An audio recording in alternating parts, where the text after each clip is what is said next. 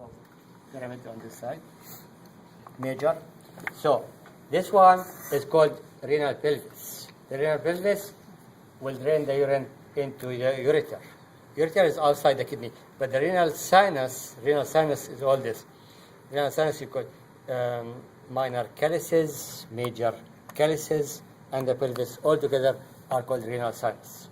Renal artery, renal vein, segmental artery, interlobar artery, interlobar vein, arcuate vein, arcuate artery, cortical radiate arteries.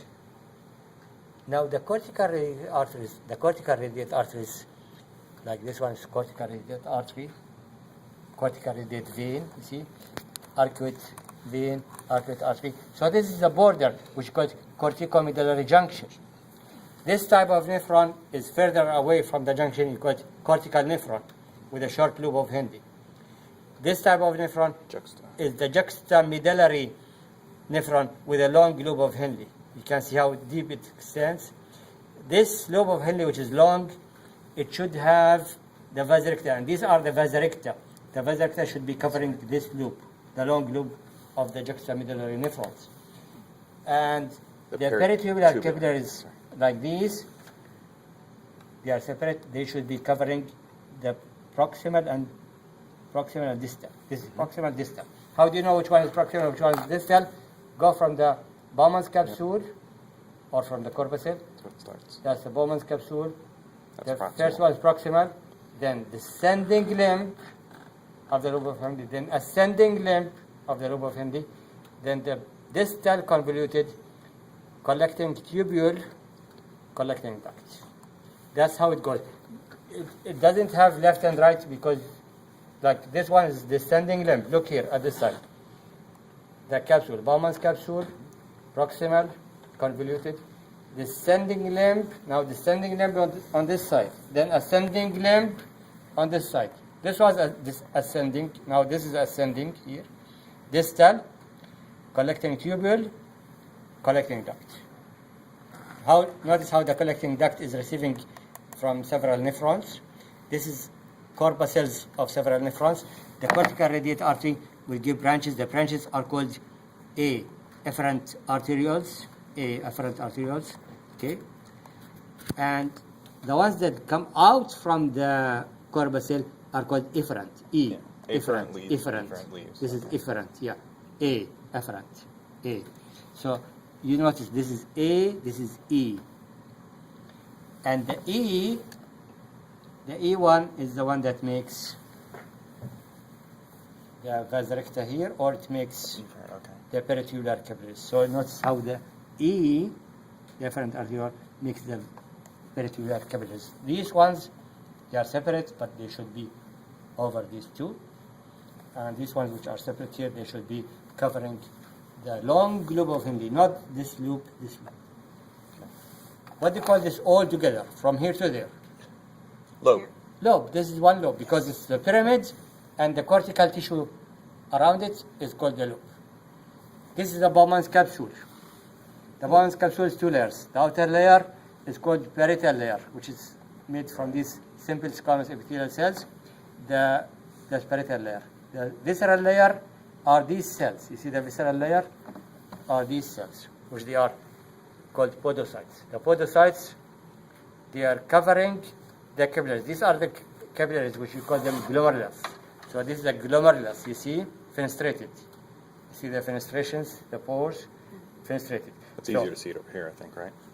So on this side, uncovered, just for illustration. These are the capillaries. They are covered by these podocytes, and the podocytes, they make the visceral layer of this capsule. And the space between this layer and this layer, what do you call the space?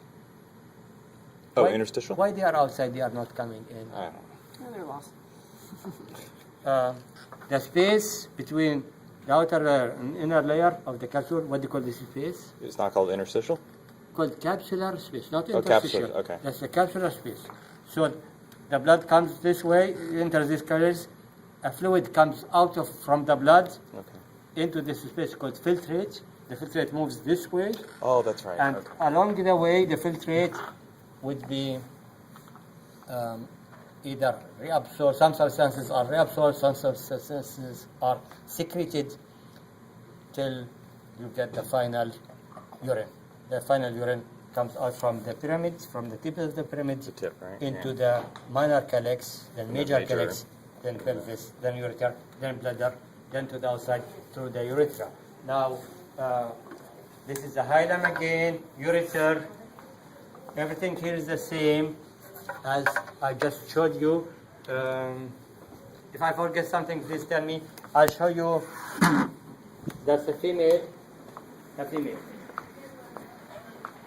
This is the rectum, which is posterior. That's the back. Rectum. Uterus. That's the uterus of a female. Uterus. Okay? And that's the bladder. The bladder is here. So when you make a cross section, uterus, rectum, bladder. Bladder is anterior. You see this is pubic symphysis. So the bladder is anterior to the pubic symphysis, and the urethra in the female urethra is attached to the anterior vaginal wall. You see? That's the vagina. Here's the vagina. Anterior vaginal wall. And the urethra is attached to the anterior vaginal wall. This is the external urethral orifice in the females. Vaginal orifice in the females. Then the anus. So anus is posterior. Vaginal orifice in the middle. External urethral orifice, and then the clitoris. This is the clitoris. Number 6 is the clitoris. So clitoris is anterior, then the urethral orifice, then the vaginal orifice in the back, then the anus is at the back also. So this is posterior, anterior. The bladder, rugae. You see the rugae, the ridges. This part here, which is smooth, is called trigone. The trigone. The bladder neck. This part is called bladder neck. The bladder neck in the males is surrounded by the prostate gland. No prostate gland here. Urethra. What else? The ureters. This is one ureter. Ureter. That comes and opens from the back in the posterior wall inferiorly. So it's at the base of the urethra posteriorly. So at the base of the bladder. The ureter opens at the base of the bladder posteriorly from the back. Okay? Let me do a male bladder. This is a male bladder. You can see the testis, the penis, and you can see rectum. This is rectum. This is bladder. That's pubic symphysis here. The pubic symphysis. So you remove this. You see the pubic symphysis, the bladder. You can see the bladder.